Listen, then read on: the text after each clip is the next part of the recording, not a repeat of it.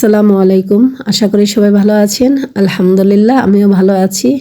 আসুন আমরা সবাই সময়কে মূল্য দিই, সময় একদিন আমাদেরকে মূল্য দেবে। যেই কাজটা আমরা আগামী দিনে করব ভাবছি সেই কাজটা আজই করে ফেলি, কারণ আগামী দিন আমরা হয়তো কোনো ভাবে ব্যস্ত থাকতে পারি বা কোনো কাজ আটকে যেতে পারি বা অসুস্থ থাকতে পারি। তার জন্য সময়ের কাজটা সময় করে নিলে অবশ্যই আমাদের সবার জন্য ভালো হয়। যে কোনো কাজকে অবহেলা না করে ফেলে রেখে চলুন আমরা সঙ্গে সঙ্গে কাজটা করে ফেলি।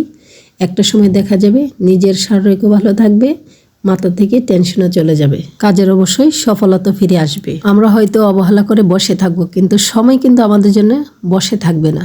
সময় সময়ের মতো এগিয়ে যাবেই।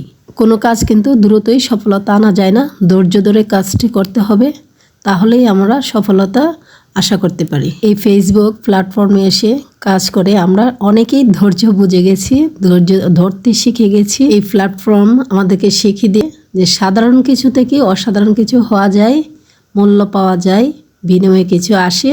তাই আসুন আমরা এগিয়ে যাই। চেনা অচেনা মানুষও কিন্তু আমাদের অনেক আপন হয়েছে, এক পরিবারের মতো আপন হয়ে কাজ করি।